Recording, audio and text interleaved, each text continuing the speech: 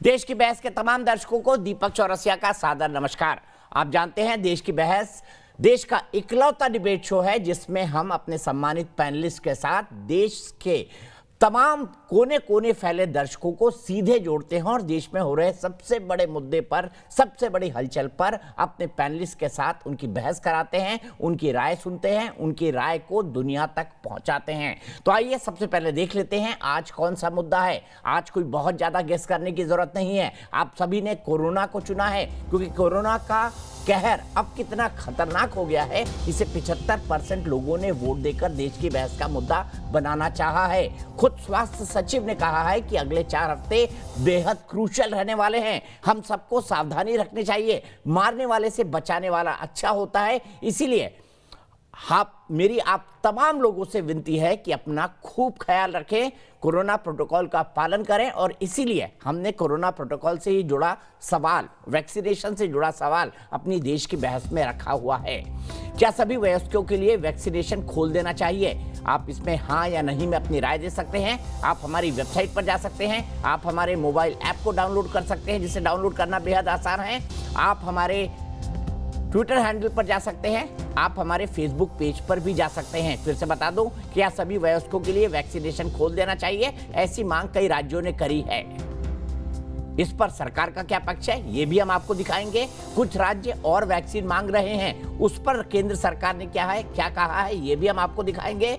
Rahul Gandhi vaccination पर क्या कह रहे हैं इस पर भी बहस होगी। लेकिन सबसे पहले मैं चलता हूं, आज विश्व स्वास्थ्य दिवस है, सीधे चलते हैं स्वामी रामदेव जी के पास जिन्होंने आरोग्य का मंत्र पिछले 3 दशक में इस पूरे देश को दिया है। सबसे पहले उनसे समझते हैं कि कोरोना के इस दूसरे और कठिन दौर में हमें क्या करना चाहिए। स्वामी जी, आपका देश की बहस में बहुत बहुत स्वागत है। आज विश्व स्वास्थ्य दिवस है। आप एक ऐसी शख्सियत हैं जिन्होंने लोगों को आरोग्य के साथ जीना सिखाया और उसकी लोगों को प्रेरणा दी। करोड़ों लोग आपसे दुनिया में प्रेरित है। मैं आपसे यह समझना चाहता हूं इस सेकेंड वेव के लिए स्वामी जी अब क्या किया जाए?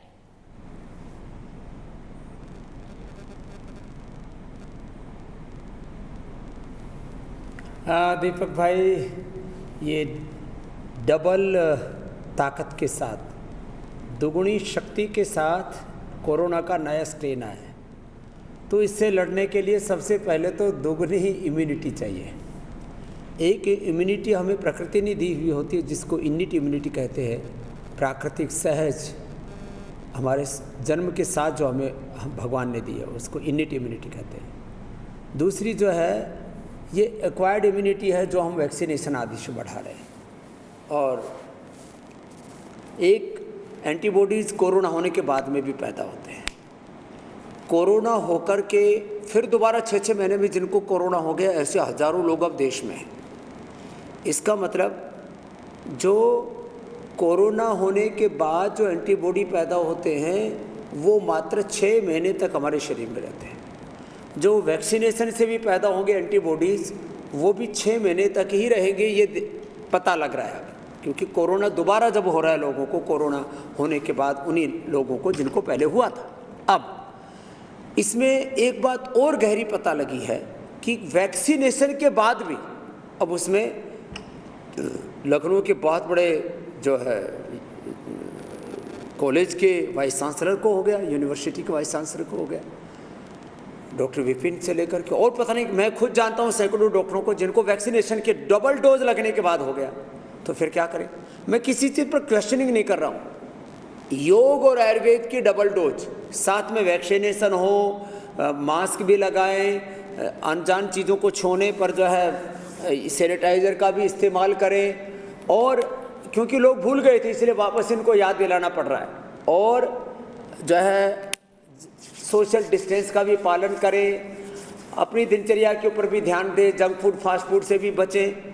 जब तक योग आयुर्वेद नहीं अपनाएंगे तब तक बात बनेगी नहीं। हमने वैक्सीनेशन के बाद 2 ग्रुप बनाए। हमने स्वासारी और कोरोनिल अणु तेल से जो हमने पूरे देश को खिलाया, बताया, आपने भी उस समय जो इस पूरे अभियान को आपने सपोर्ट किया था। मैं वापस बताना चाहता हूँ, हमने स्वासारी कोरोनिल अणु तेल से कोरोना से लोगों को पीड़ित होने से बचाया, होने के बाद उसका ट्रीटमेंट भी दिया, उसके आफ्टर इफेक्ट से भी लोगों को बचाया। वैक्सीनेशन के बाद भी वैक्सीनेशन से जिन लोगों को बुखार और शरीर टूटता उससे भी बचाया। इससे भी बड़ी बात, 15 से 20 गुना जो है एंटीबॉडीज़ पैदा होते हैं वैक्सीनेशन के बाद सामान्य तौर पर। जब वो व्यक्ति खाली श्वासाहारी कोरोनिल ले लेता है तो उसके 30 से 50 गुना, और साथ में प्राणायाम कर लेता है तो उसके 100 गुना तक। ये बहुत बड़ी बात है, एंटीबॉडीज़ पैदा हो जाते हैं। इसका मतलब वैक्सीनेशन को भी 100% कारगर करना है तो योग आयुर्वेद की डोज जरूरी है। और इसके साथ साथ ये इसके बड़े कारण क्या, कोरोना के कारण से मौत किन लोगों की हो रही है? जिनकी इम्यूनिटी लो है, जो ओबेस के हैं, जिनको डायबिटीज़ है, जिनको हाई ब्लड प्रेशर है, जिनको हार्ट की प्रॉब्लम है, जिनको खास करके रेस्पिरेटरी सिस्टम की प्रॉब्लम है, उनको ही दिक्कत होती है। तो कम से कम 5 प्राणायाम सब करें जो हमने बार बार बताए थे। इसलिए आज ये दोहराना पड़ रहा है दीपक भाई, क्योंकि कोरोना का कहर जिस तरह से बरप रहा है और पूरे देश में फिर से एक भय खूब का वातावरण है। 1 लाख से ज़्यादा रोज़ कोरोना से संक्रमित हो रहे हैं लोग, और 500 से 1000 के बीच में लोगों की मौत हो रही है। और उसमें कोई भी अपने परिवार का बड़ा बुजुर्ग हो सकता है, हमारा ही कोई भाई बहन हो सकता है, कोई सगा हो सकता है। तो इसलिए मैं सबसे कहूँगा कि फिर से भस्त्रिका, कपालभाति, अनुलोम विलोम, भ्रामरी उद्गीत, ओम, शीतली शीतकारी, जिनको बहुत हाइपरटेंशन है, जिनको बहुत घबराहट होती है, एंजाइटी डिप्रेशन है, मेंटल ट्रॉमा है, ये और उज्जाई।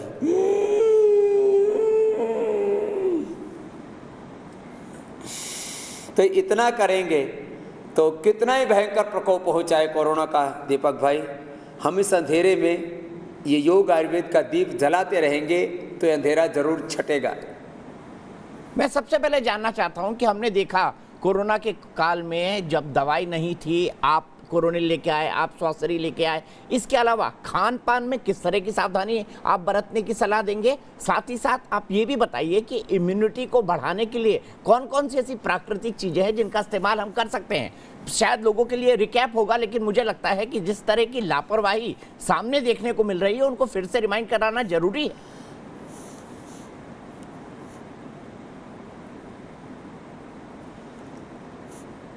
हाँ देखो दीपक भाई, पहले लोग उठ करके सुबह योगाभ्यास करने लग गए थे। भस्त्रिका, कपालभाति, अनुलोम विलोम, मंडूकासन, उष्ट्रासन, भुजंगासन सब करने लग गए थे, सूर्य नमस्कार आदि। तो सुबह उठ करके लोग योगाभ्यास करें, एक बात। दूसरा, खाने में अंकुरित चीज़ें लें। अंकुरित में सबसे अच्छा मूंग होता है, मूंगफली होती है, थोड़ा उसमें जिनकी कैपेसिटी होती है थोड़ा बादाम, अखरोट और अंजीर, ये सब थोड़ी सी चीज़ें ले लिया करें। कम से कम एक दिन तो अंकुरित ज़रूर खाएं। जिनको शुगर की प्रॉब्लम है, खीरा, करेला, टमाटर का जूस पिए, उसमें हो सके तो रायता, गिलोय कुटकी आदि थोड़ा और मिला दें। तो डायबिटीज़ के पेशेंट को मैंने नॉन डायबिटिक कर दिया, ये योगाभ्यास करा के, मधुनाशिनी खाली पेट मधुग्रिट खाने के बाद खिला के, और मुक्तावटी और बीपी ग्रिट खिला के, और जिसको ये भी नहीं मिला अगर मैंने अनुलोम विलोम, शीतली शीतकारी करवाया और लौकी का जूस पिलाया, हाइपरटेंशन की पेशेंट की एलोपैथी की दवाई बंद करवा दी मैंने। तो सुबह एक बार, कम से कम सप्ताह में एक बार लौकी का जूस पी लो, उससे हाइपरटेंशन, हार्ट की problem, cholesterol, obesity, gas, acidity, पेट की बदहजमी की, पाचन तंत्र की दिक्कतें ठीक रहेंगी। कम से कम एक बार ओट्स ले लें, एक बार जौ का दलिया ले लें, एक बार ऐसे वेजिटेबल जूस पी लें, अनार, गाजर, चुकंदर, सेव, ऐसे व्हीट ग्रास, एलोवेरा आदि ऐसे जूस पी लें। तो ऐसे हेल्दी चीज़ें लें। खाने में पहले सलाद और फल खाएं, बाद में पका हुआ खाना खाएं। खाने के 1 घंटे बाद पानी पिए। रात को दूध दही का सेवन ना करें। रात को खाने के 1 घंटे बाद दूध में थोड़ा सा हल्दी से इलायची डाल करके ले लें। जिनको शुगर ना हो तो च्यवनप्राश ले लें। वैसे च्यवनप्रभा ने शुगर फ्री च्यवनप्राश भी बना रखा है। सबसे अच्छा प्रोटीन होता है स्पिरुलिना का। वैसे तो दूध दही छाछ में और सोया में प्रोटीन होता है, लेकिन सबसे हेल्दी प्रोटीन और थोड़ी मात्रा में खाने पर हमें ताकत दे देता है वो स्पिरुलिना में होता है। ऐसी इन छोटी छोटी बातों पर ध्यान दें। और दीपक भाई, सबसे ज़्यादा एक महत्वपूर्ण बात बताना चाहता हूँ, जब किसी को कोई कोरोना से संक्रमित हो जाता है तो सब पेट इतना खराब हो जाता है, ताकत नहीं रहती, उठने की हिम्मत नहीं होती। मैंने लोगों को तड़पते बिलखते देखा है। तो उनके लिए, सब के लिए अनार जरूर खाएँ, 1 सेव जरूर खाएँ, 5-10 मुनक्का और 3-4 अंजीर जरूर खा लें। बहुत ज़्यादा कमज़ोरी है तो थोड़ा खजूर भी ले सकते हैं। यदि शुगर हो तो फिर 1-2 से ज़्यादा नहीं लेना। तो ऐसे ये चीज़ें प्रयोग करते हैं। तो एक और नेचुरल ऑयल, नेचुरल घी, नेचुरल खाने पीने की चीज़ें, जितनी भी आर्टिफिशियल चीज़ें हैं, पैक्ड फूड है, ये सब का सब जो है हमारी इम्यूनिटी को कम करता है। इसलिए नेचुरल चीज़ों पर जाएं और तो निश्चित रूप से हम कोरोना से लड़ पाएंगे दीपक भाई, और एक भी किसी के जीवन का दीपक ज्योति नहीं बुझेगी मेरे भाई दीपक चौरसिया जी। मैं ये आपसे समझना चाहता हूं कि 2 बार वैक्सीनेशन के बाद भी कोरोना क्यों हो रहा है? क्योंकि पहले ये कहा जा रहा था कि अगर आपको एक बार कोरोना होगा तो दूसरी बार नहीं होगा। क्या इतने कम टाइम एंटीबॉडीज बनते हैं शरीर में, और ऐसा क्यों है स्वामी जी?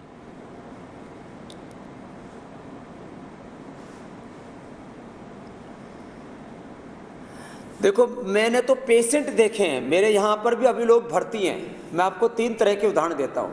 मेरे यहाँ SLE MS के पेशेंट, कैंसर के पेशेंट, और 30-30 साल से जिनको अस्थमा था, 20-20 30-30 साल से जिनको BP शुगर था, उनको भी मैंने योगाभ्यास से और श्वासारी कोरोनिल आदि से अच्छा किया। ये भी मेरे पास एग्जाम्पल है।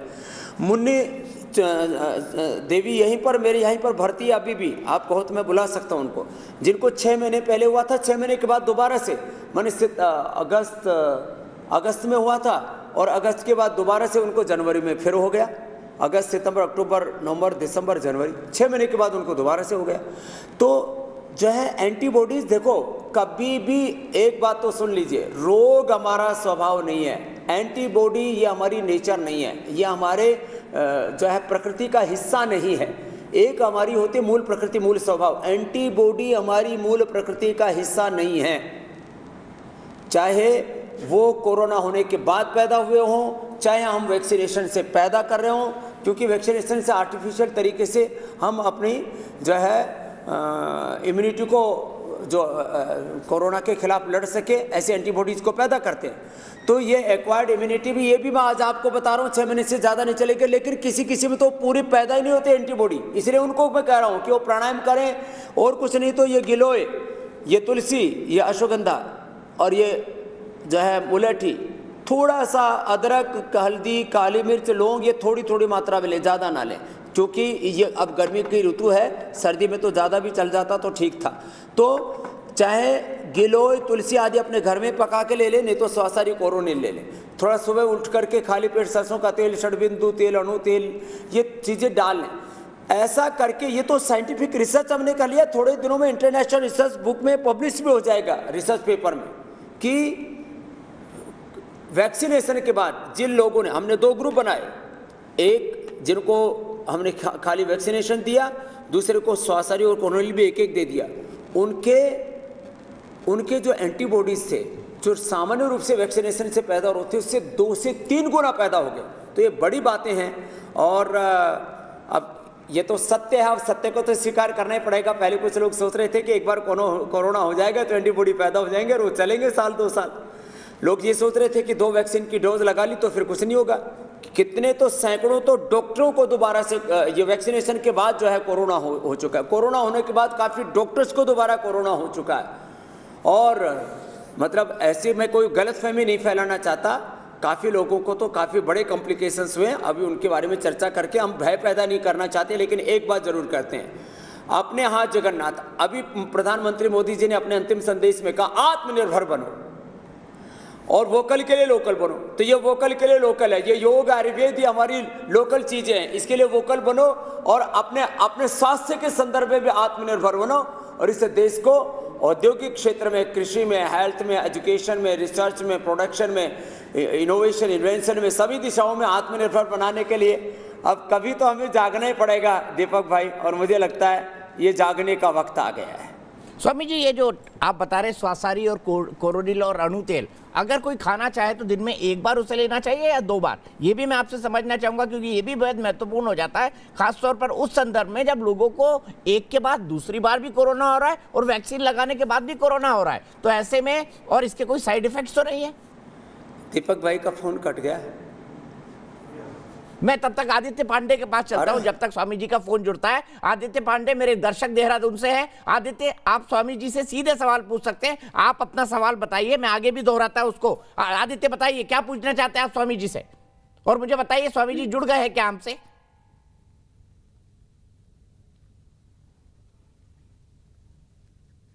बोलिए आदित्य। हाँ जी दीपक जी, मैं स्वामी जी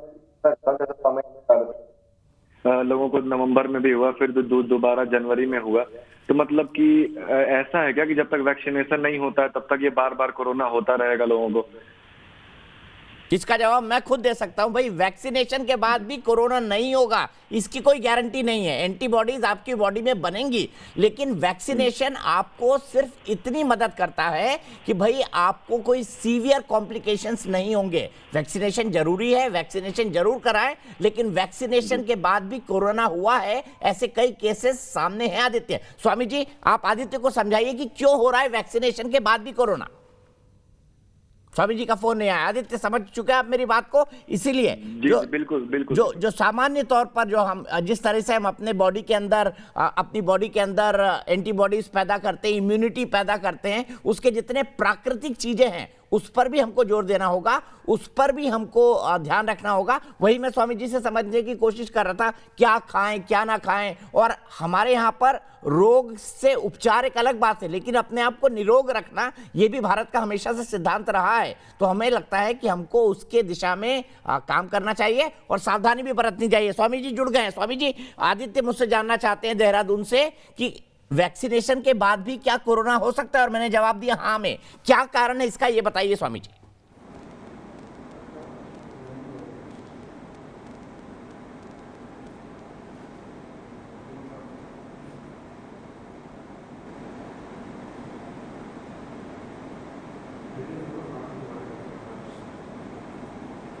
स्वामी जी मेरी आवाज आ रही है आपको? दीपक भाई की आवाज नहीं आ रही। मैं एक बार फिर से स्वामी जी से जोड़ने की कोशिश करता हूं। आदित्य, दूसरा कोई सवाल स्वामी जी से आप पूछना चाहें आप पूछ सकते हैं बिल्कुल, या कोई दूसरे दर्शक को जोड़ दीजिए आदित्य की जगह। दूसरा सवाल ले लेते हैं। आदित्य, कोई दूसरा सवाल पूछना चाहते हैं स्वामी जी से आप? नहीं दीपक जी, मुझे मेरा जवाब मिल गया, बहुत बहुत धन्यवाद।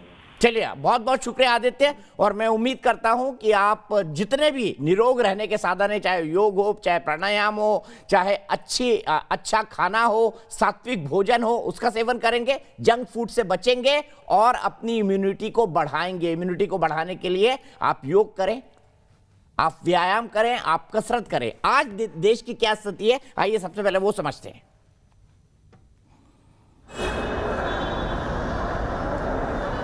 एक जैसा पलायन और एक जैसा नाइट कर्फ्यू।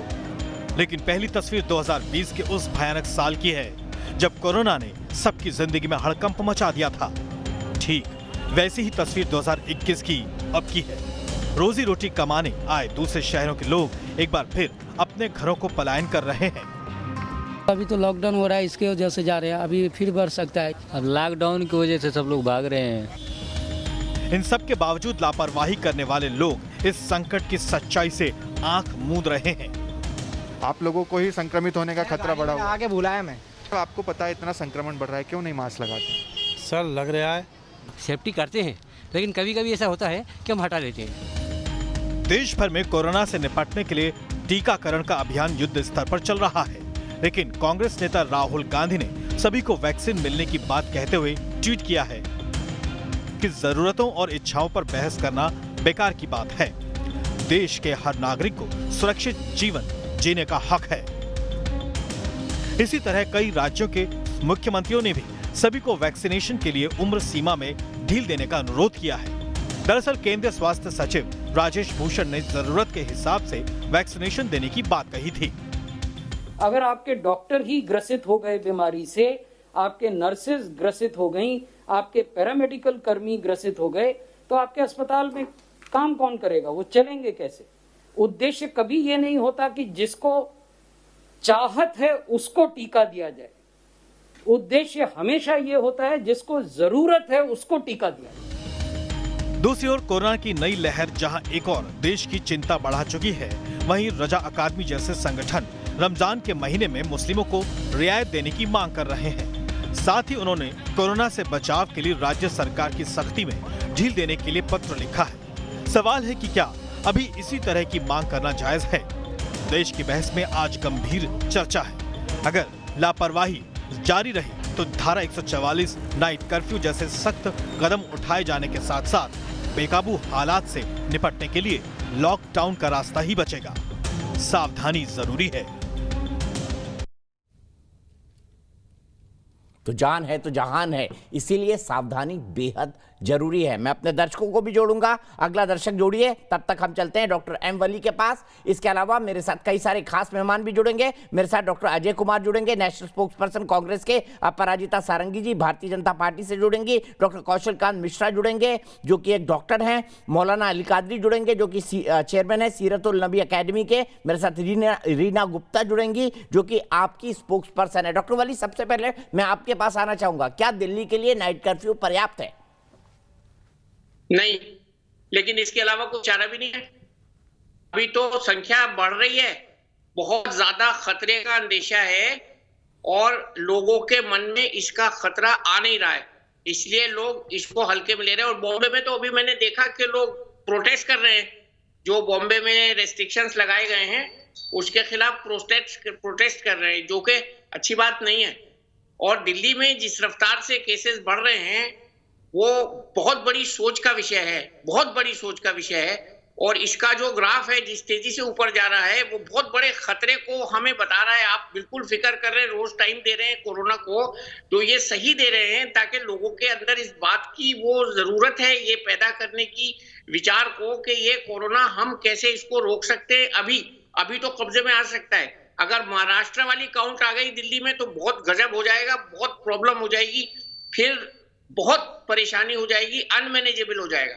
तो इसलिए कोरोना से बच के रहना है, अभी बचना है और कुछ ना कुछ करना पड़ेगा, और कुछ करना पड़ेगा, ज्यादा करना पड़ेगा। तो लोगों को अपने लिए, अपनी लाइफ के लिए, अपने नियर एंड डियर जिसको कहते हैं हम लोग, उसके लिए कोई बड़ी कुर्बानी भी अपेक्षित हो, उसके लिए तैयार रहना है। ठीक है, सीधे रीना जी के पास चलता हूं। रीना जी आपकी स्पोक्स पर्सन है और दिल्ली सरकार की एडवाइजर भी है। रीना जी, आपसे समझना चाहूंगा, नाइट कर्फ्यू तो लग गया, लेकिन मुझे ये लगता है और एक्सपर्ट्स को भी लगता है ये नाकाफी है। इसके अलावा सरकार और किन कदमों को उठाने पर विचार कर रही है, खासतौर पर दिल्ली में जब अब 5000 से ऊपर मामले जा रहे हैं? देखिए दीपक जी, दिल्ली सरकार ने और केजरीवाल जी ने शुरू से कहा है कि कोरोना पे मात पाने के लिए हमें एक तो वैक्सीनेशन बढ़ानी पड़ेगी, पहली बात। दूसरी बात, आपको और हमें मिलके सबको कोविड अप्रोप्रिएट बिहेवियर फॉलो करना पड़ेगा। तीसरी बात, जो सरकार को स्वास्थ्य सेवाएं जो हैं वो और मुहैया करानी पड़ेंगी। तो जहां तक वैक्सीनेशन की बात रही, हम महीनों से केंद्र सरकार से गुजारिश कर रहे हैं कि आप हमें थोड़ी ज्यादा वैक्सीनेशन दीजिए। आप 18+ के लिए अलाउ करिए, आप हमें अलाउ करिए कि हम जो है कम्युनिटी सेंटर्स में, स्कूल्स में, सब जगह वैक्सीनेशन करवा सके। और अगर केंद्र सरकार हमें ये सब अलाउ कर देती है तो हम 3 महीने में पूरी दिल्ली को वैक्सीनेट कर देंगे। लेकिन प्रॉब्लम ये है कि केंद्र सरकार ने जो बहुत ज्यादा वैक्सीन एक्सपोर्ट कर दी है, उसके कारण देश में वैक्सीन की कमी हो रही है। अब आप बताइए, जो इंडिया में वैक्सीन बन रही है उसमें आपकी और मेरी पहला उस पे हक है कि हम उसको एक्सपोर्ट करें। आज की तारीख में हमने सिर्फ 8 करोड़ के लगभग वैक्सीन इंडिया में लगाई है और करीब 7 करोड़ हमने एक्सपोर्ट कर दी है, बाहर के देशों में भेज दी है। तो और अमेरिका और इंग्लैंड जैसे देशों में हम भेज रहे हैं जो विकसित देश है। अरे भाई, जब हमारे अपने लोग वैक्सीनेट नहीं हो पा रहे तो हम बाहर क्यों भेज रहे हैं? तो आप देखिए कि पहले भी जब हम लोगों ने देश में बहुत बड़े बड़े वैक्सीनेशन के प्रोग्राम चलाए हैं तो उन सब में ये देखा गया है कि आपको वैक्सीन के बारे में जो लोगों का डर है वो हटाना पड़ेगा। अब आप देखिए, एक बहुत सक्सेसफुल प्रोग्राम हमने इंडिया में चलाया था, पल्स पोलियो का प्रोग्राम। उसमें हमने क्या करा, हमने दिन निश्चित किया और जगह जगह हमने वैक्सीन दी। हमें कोविड के लिए भी वो ही करना पड़ेगा, क्योंकि अभी भी काफी लोगों के मन में कुछ शंकाएं हैं, वो शंकाएं हमें दूर करनी पड़ेंगी और हमें वैक्सीन की एक्सेस को बढ़ाना पड़ेगा। तो जब तक हम वैक्सीन नहीं बढ़ाते हैं एक्सेस को, तब तक हम कोविड के ऊपर काबू पाना थोड़ा मुश्किल ही है। ठीक है, मैं आप के सवाल को डॉक्टर वली के पास ले चलता हूं। डॉक्टर वली, सबसे पहले ये जानना चाहूंगा कि 2 बार वैक्सीन लगवाने के बाद जब आप कोर्स पूरा कर रहे हैं उसके बाद भी कई लोग इन्फेक्ट हो रहे हैं, ऐसा क्यों? और दूसरा, क्या रीना जी ने जो सवाल उठाया कि 18+ के लिए हमको वैक्सीनेशन खोल देना चाहिए, और ऐसे वक्त जब हमारे देश के लोगों को जरूरत है, निर्यात करना उचित नहीं है, वैक्सीन दूसरे लोगों को देना उचित नहीं है, आप इसको कितना ठीक मानते हैं स्टेटमेंट को? देखिए, पहली बात तो वैक्सीन के निर्यात का जो है वो अभी हर्षवर्धन जी का आप टिकर पे दिखा रहे थे नीचे उस पे, तो अभी क्या है ना, जो हमारे पास बच जाता है वैक्सीन वो बाहर गया है, अब हमको और प्रोडक्शन करना है, वो कोई शॉर्टेज नहीं होगी। Vaccine is in the pipeline. अभी अभी हर्षवर्धन जी ने बताया है अभी थोड़ी देर पहले कि वैक्सीन जो पाइपलाइन में है हम शॉर्टेज नहीं होने देंगे। उन्होंने इसका आश्वासन दिया है, इंक्लूडिंग महाराष्ट्र जहां से रिजेंटमेंट आया है। तो पहली बात। दूसरी बात यह है, वैक्सीन में बार बार बता रहा हूं, वैक्सीन इसका समाधान नहीं है, सोल्यूशन नहीं है, इलाज नहीं है। वैक्सीन से जो इम्यूनिटी डेवलप होगी वो 8 हफ्ते कम से कम उसको मांगेगी पीरियड को, उसके बाद जो है डेवलप होगी। तो इसलिए अभी फिलहाल जैसे कि बताया गया, कोविड एप्रोप्रिएट बिहेवियर की जरूरत है, मास्क की जरूरत है, सैनिटाइजेशन की जरूरत है, 2 गज की दूरी की जरूरत है, और आंतरिक लॉकडाउन जिसको मैं बार बार कहता हूं, अपने पैरों पर लॉकडाउन और अपनी नाक का लॉकडाउन। नाक का लॉकडाउन मास्क से और पैरों का लॉकडाउन घर में रहने से। जो लोग बिल्कुल जिनके लिए नागुजीर है बाहर जाना और कमाना, रोज कुआं खोदना, रोज पैसे कमाना, उनको भी जाना है तो उनको हम नहीं रोक सकते, और उनको रोकने से नुकसान होगा उनका भी, इकोनॉमी का भी। लेकिन इस वक्त एक इमरजेंसी सिचुएशन की मैं पेशेंट को ही कर रहा हूं। मैं इस समय पिछले एक्सपीरियंस से बता रहा हूं, एक एक घर से मुझे फोन आ रहे हैं कि सारे घर वाले इन्फेक्टेड हैं, 8 लोग इन्फेक्टेड हैं। अभी 2 घंटे पहले फोन आया। ये जो बिहेवियर है, कोविड का बिहेवियर भी तो हम पता लगाएं, कोविड एप्रोप्रिएट बिहेवियर की तो हमने बात कर ली, हम कोविड का भी तो बिहेवियर पता लगाएं, जीनोमिक स्टडी तो करें। इसके लिए हमें अपने एकेडमिक इंस्टीट्यूशन को आगे लाना पड़ेगा, और इसकी जो मॉडिफिकेशन हो रही है कोविड में उसकी हमें रिसर्च करनी पड़ेगी। ये कर क्या रहा है, ये वायरस कितना शातिर और कितना चालाक हो चुका है, किस तरह से हमको ये परास्त कर रहा है। वायरस की लड़ाई में हम परास्त होते दिख रहे हैं। तो वायरस बहुत चालाक है, वायरस हमसे बहुत ज्यादा इंटेलिजेंट है। तो इसकी रेस में हमको आगे निकलना है, जैसे हम पहले आगे निकलने की कोशिश किए थे। ये बहुत संगीन मैटर है जो मैं आपके चैनल के माध्यम से लोगों की जानकारी में ला रहा हूं। ठीक है। अपराजिता सारंगी जी, अभी अभी रीना जी ने, जो आपकी प्रवक्ता है, उन्होंने कहा है हम तो चाहते हैं 18 प्लस के लिए वैक्सीनेशन खोल दिया जाए, अभी देश को जरूरत है, फिर सरकार निर्यात क्यों कर रही है, ये सवाल उठाया उन्होंने। आप सबको मेरा नमस्कार। जब कोरोना की पहली लहर हुई थी उस समय केंद्र सरकार आदरणीय प्रधानमंत्री जी के बलिष्ठ नेतृत्व में राज्य सरकारों के सहयोग से बहुत ही अच्छा प्रबंधन किया था, हम सबको ज्ञात है और हम सबको यह मानना पड़ेगा। अभी दूसरी लहर आई है, हर दिन करीबन 1 लाख केसेस हो रहे हैं, लेकिन हम सबको यह विश्वास रखना होगा केंद्र सरकार पर और राज्य सरकारों पर कि जिस तरह प्रथम लहर का प्रबंधन हुआ था, जिस तरह प्रथम लहर का मैनेजमेंट हुआ था, उस तरह इस बार भी होगा। लेकिन मैं आप सबको बता दूं कि जैसा कि हम सब जानते हैं, सरकार और जनता दोनों का कर्तव्य है, दोनों का दायित्व है। अगर दोनों मिलकर काम करेंगे तो कोई असुविधा होगी नहीं। जहां तक रही वैक्सीन की बात, तो मैं आपको कह दूं कि अभी अभी हमने डॉक्टर हर्षवर्धन जी को सुना, हमने यूनियन हेल्थ सेक्रेटरी जी को सुना। यूनियन हेल्थ सेक्रेटरी का कहना है कि जुलाई तक लिमिटेड सप्लाई, सीमित सप्लाई रहेगी, और विभिन्न कंपनियों को, जो हमारे डोमेस्टिक हैं, जो हमारे ऑफशोर कंपनीज हैं, उन सबको कहा गया है कि वैक्सीन मैन्युफैक्चर करें और हमारा स्टॉक बढ़े। इस दिशा में केंद्र सरकार कार्यरत है। डॉक्टर हर्षवर्धन जी ने बहुत ही साफ स्पष्ट शब्दों में कहा कि वैक्सीन की कमी नहीं होने देंगे। और देखिए, उन्होंने तथ्य भी दिया। उन्होंने कहा कि बहुत सारे ऐसे राज्य हैं जो जहां पर 60% तक ही वैक्सीनेशन हुआ है, उनके पास वैक्सीन है लेकिन 60% ही वैक्सीनेशन हुआ है। तो इस बात को ज़्यादा तुल नहीं देना चाहिए। जब केंद्र सरकार कह रही है कि वैक्सीन की कोई कमी नहीं होगी, और जहां तक रही बात 18 वर्ष तक के लाने की, मैं कह दूं कि पर्याय क्रम में काम होता है। देखिए, ये गवर्नेंस की बात है, ये एडमिनिस्ट्रेशन की बात है। अगर हम फ्लड गेट खोल दें, अगर हम कह दें कि नहीं 18 साल तक सबको दिया जाए, तो हर एक वैक्सीनेशन सेंटर में केओस हो जाएगा, कंफ्यूजन होगा, मारामारी हो जाएगी। तो हमें वो प्रशासनिक दृष्टिकोण से भी हर चीज़ों को देखना पड़ता है।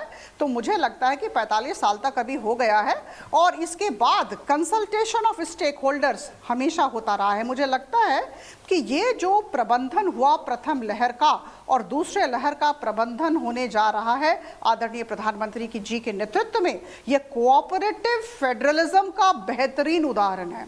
ठीक है, मैं सीधे रीना के पास चलता हूँ। रीना, आपकी बात का जवाब देना चाहते हैं अपराजिता जी? हम छोटा रखते हैं, आज मेरे पास वक्त थोड़ा कम है। मुझे लगता है आज मेरे पास वक्त थोड़ा कम है, हम छोटे जवाब रखते हैं। रीना जी, आप अपराजिता जी से एंग्री है कि अगर हमने 18 साल के लिए खोल दिया तो एक फ्लड गेट ओपन हो जाएगा, इतनी भीड़ हो जाएगी वैक्सीनेशन सेंटर्स पे कि हम संभाल भी नहीं पाएंगे? मैं बिल्कुल अपराजिता जी की इस बात से सहमत नहीं हूँ। आज की तारीख में भी मैं एटलीस्ट दिल्ली का बोल सकती हूँ। आप दिल्ली के सेंटर्स में जाके देखिए, सेंटर्स खाली पड़े हैं और ये काम स्टेट गवर्नमेंट का है कि हम किस तरह से अपने सेंटर्स मैनेज करें। आप हमें अलाउ तो करिए, हम कह रहे हैं कि हम मैनेज कर सकते हैं सेंटर्स, हम बढ़िया उसका मैनेजमेंट कर सकते हैं और हर चीज का मैनेजमेंट किया जा सकता है। आप ऐप के जरिए सही से लोगों का अपॉइंटमेंट दीजिए, 24 घंटे आप सेंटर्स खोलिए तो लोग अलग अलग अपॉइंटमेंट के लेके आएंगे। ऐसा आप क्यों बोल रही हैं कि वहां पे बिल्कुल मारामारी हो जाएगी? क्यों मारामारी हो जाएगी? अब तो हमारे पास 3 महीने का एक्सपीरियंस है और जिस तरह से हम वैक्सीनेशन कर रहे हैं, अगर हम इसी रफ्तार से, इसी स्लो रफ्तार से करी तो 10 साल लग जाएंगे पूरे देश को वैक्सीनेट करने के लिए। उतना समय नहीं है। ये जो लहर है कोविड की, ये सारे वैज्ञानिक कह रहे हैं ये लहर पहली लहर से ज्यादा डेंजरस लहर है और ये जो है यंग लोगों को ज्यादा इन्फेक्ट कर रही है ये लहर। तो हमें थोड़ा इसको समझना पड़ेगा और थोड़ा प्रोएक्टिवली हमें जल्दी निर्णय लेने पड़ेंगे। ये नहीं कि हम सोते रहें और फिर 1 महीने बाद बोलें कि अब ठीक है आप 18 से प्लस कर दीजिए। थोड़ा सा जल्दी हमें निर्णय लेने पड़ेंगे। ठीक है, यही सवाल है डॉक्टर अजय कुमार से। डॉक्टर अजय कुमार जी, राहुल गांधी और प्रियंका गांधी ने जी अपने ट्वीट में वैक्सीनेशन की बात की है, आप क्या कह रहे हैं? आप क्या वैक्सीनेशन की स्पीड से संतुष्ट है? और इसके बाद जवाब अपराजिता जी दोनों सवालों का एक साथ दे देंगे। देखिए, पहली बात यह है कि दुनिया के अलग अलग देश में, आप अमेरिका का उदाहरण देख लीजिए, बाकी देश का उदाहरण देख लीजिए, वहां तो 10 करोड़ से ऊपर लोग को जो टीकाकरण हो चुका है और हमारे देश में हम कहते हैं कि हम दुनिया में सब पूरे दुनिया को सप्लाई करते हैं, वैक्सीन सबको देते हैं, उसके बावजूद हमारी जो है वैक्सीनेशन की, ये टीकाकरण की जो रफ्तार है बहुत ही धीमी है। अपराजिता जी कह रही थी कि केंद्र मोदी जी ने बहुत अच्छा काम किया था फलाना, और काफी उन्होंने मोदी जी के कार्य के बारे में बहुत अच्छी टिप्पणी, लंबा चौड़ा उन्होंने बातें रखी। एक चीज हम पूछना चाहेंगे, क्या अच्छा था आप बताइए? क्या मजदूरों का प्लान बढ़िया ढंग से उसका जो है उसका समाधान किया गया? फिर से वो शुरू हो रहा है क्या? ये पूरे 1 साल में कोरोना में प्रधानमंत्री जी अब जो है जाकर बैठक बुला रहे हैं, स्वास्थ्य मंत्री एकदम पूरे सीन से ही गायब थे। अचानक हर्षवर्धन जी टप को एक बार कोरोना रामदेव जी के साथ दिखाई दिए थे, उसके बाद फिर से एक और बार दिखाई दिए। हमारा ये कहना है कि सरकार में सिर्फ एक ही चीज है कि ये सरकार सिर्फ चुनाव जीतने के लिए, चुनाव लड़ने के लिए जो है, ये गवर्नमेंट फॉर इलेक्शन ही है। आप 1 साल में क्या तैयारी कर रहे हैं? आप बताइएगा कि किस तरह का तैयारी है? दुनिया में संदीप जी अभी तक 13 टीका जो है का अनुमति मिल चुका है, यूरोपियन यूनियन और अमेरिका में 13, लेकिन भारत में उसके अप्रूवल नहीं दे रहे। आप बोल रहे कि उसके अप्रूवल हम अभी आप बताइएगा कि दुनिया भर में 13 जो है वैक्सीन के अप्रूवल हो चुके। आप वैक्सीनेशन का रफ्तार बढ़ाइए। अपराजिता जी कह रही थी कि टीकाकरण के केंद्र में अगर आप सबको खोल देंगे तो वहां पर हंगामा हो जाएगा। हंगामा क्यों होगा? वो तो प्रदेश का काम है, जो प्रदेश मांग रहे वो समझे। लेकिन जो अगर आप पूरा कोविड की लड़ाई पीएमओ के ऑफिस से जो है लड़ेंगे, अगर एक व्यक्ति जो है विशेष एक व्यक्ति पर सभी गुण है, सभी जानकारी है, कोविड से लड़ने तक, सत्याग्रह से करने तक सब चीज इन्हीं की जानकारी में है, पीएमओ ही चला रहा है। आप बताइएगा कि इस देश में बाकी लोग कहां हैं इस लड़ाई में? ठीक है अजय कुमार जी, आपकी बात का जवाब ले लेते हैं। आप रिपीट कर रहे हैं। अपराजिता जी, क्या आप एग्री करेंगे अजय कुमार जी से कि सेंट्रलाइज लड़ाई लड़ी जा रही है और वैक्सीनेशन की स्पीड हमारी बहुत ही धीमी है? फिर मैं अपने एक्सपर्ट्स के पास जाऊंगा। डॉक्टर कौशल कांत मिश्रा भी मेरे साथ जुड़ गए। मैं अपने साथियों से विनम्र अनुरोध करूंगी कि इस मुद्दे का राजनीतिकरण न करें, सकारात्मक सोच के साथ बातचीत करें। केंद्र सरकार और राज्य सरकार मिलकर इस युद्ध में खड़े हों, यही अच्छा है। और मैं कह दूं कि केंद्र सरकार और राज्य सरकार हम सब चाहते हैं कि लोगों की जान सुरक्षित रहे, लोग स्वस्थ रहें, हम सबका ये कंसर्न है। और आप सब इस बात को जानते हैं कि अभी तक करीबन 9 करोड़ लोगों को वैक्सीन हम लोगों ने दे दिया। We are the fastest vaccinating country in the world as of now. हम लोग यूनाइटेड स्टेट्स से भी आगे हैं। और इस बात को आप मानिए, हमेशा नकारात्मक सोच काम नहीं देता है, कभी तो सराहें। और दूसरी बात मैं कह दूं, परसों की बात है, करीबन 33 लाख लोगों को एक दिन में वैक्सीनेशन दिया गया। और आज के दिन भारतीय जनता पार्टी के कर्मियों को कहा गया है कि इस तरह से केंद्र सरकार की मदद करें कि आगामी दिनों में हर दिन 50 लाख लोग वैक्सीन ले सकें। और जब आदरणीय श्री हर्षवर्धन जी ने, यूनियन हेल्थ सेक्रेटरी ने जब कह दिया कि वैक्सीन की कमी नहीं होगी, वैक्सीन का अभाव नहीं होगा, तो मुझे लगता है इस पर प्रश्न चिन्ह लगाना गलत होगा, अपरिपक्वता होगी। अभी हम सब हाथ मिलाकर काम करें और केंद्र सरकार पर और सारे राज्य सरकारों की कार्यकुशलता पर मुझे लगता है की प्रशंसा करें और हम सब मिलकर काम करें। ये कोऑपरेटिव फेडरलिज्म की बात मैंने पहले भी कही थी और अभी भी कही। ये युद्ध का समय है और युद्ध के समय में हम सबको हाथ मिलाना है। और देखिए, 5 चीजें आदरणीय प्रधानमंत्री जी ने कही हैं, 5 तत्व पर ध्यान देने के लिए कहा। Track, test, treat, COVID appropriate behaviour norms और सबसे बड़ी बात वैक्सीनेशन। ये 5 चीज़ें मुझे याद है जब उन्होंने पिछली मीटिंग ली थी सारे मुख्यमंत्रियों के साथ, तो उन्होंने ये कहा था। और मैं आपको बता दूं कि सारे राज्य के मुख्यमंत्रियों के साथ, डीजी पुलिस के साथ, जितने भी डीजी पुलिस हैं, उसके अलावा मुख्य शासन सचिव, सबके साथ बातचीत करके केंद्र सरकार एक प्रोटोकॉल डेवलप कर रही है। कार्यान्वयन राज्य सरकारों के हाथ में है। सारे राज्य सरकारों से अनुरोध करूंगी स्टैंडर्ड ऑपरेटिंग प्रोसीजर तैयार करें। ठीक है, जिस तरह का इंस्ट्रक्शंस आ रहा है, जिस तरह डॉक्टर कुमार, मैं आपका 1 मिनट में आ रहा हूं। मैं एक दर्शक मेरी तेजस्विनी सिंह दृष्टि में रखकर एसओपी तैयार करें। ठीक है, तेजस्विनी सिंह लखनऊ से जुड़ गई हैं। तेजस्विनी, क्या जानना चाहती है और आपको क्या लगता है, क्यों, क्या हम वाकई लापरवाह हो गए हैं? देखिए, सबसे पहली जो मुझे लगता है सुधार होने की जरूरत क्या है कि ऐसा नहीं है कि सिर्फ 45 साल के ऊपर के लोगों को ही वैक्सीन की जरूरत है।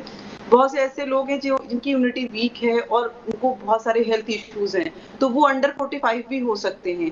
तो सबसे बड़ी समस्या ये कि जो ये निर्यात करने वाला बताया गया कि इतना वैक्सीन निर्यात हो रहा है, तो पहले तो मैं अपने देश के लोगों की जान बचानी है। दूसरे देश वाकई में पहले से सक्षम है, वो विकसित हैं, तो उनके पास ज्यादा मौके हैं। तो हमें इस दिशा में थोड़ा सा सोचना चाहिए कि अंडर 45 में भी जिन लोगों को हेल्थ इश्यूज हैं, एटलीस्ट उनके लिए तो वैक्सीनेशन को इन्हें शुरू कर देना चाहिए।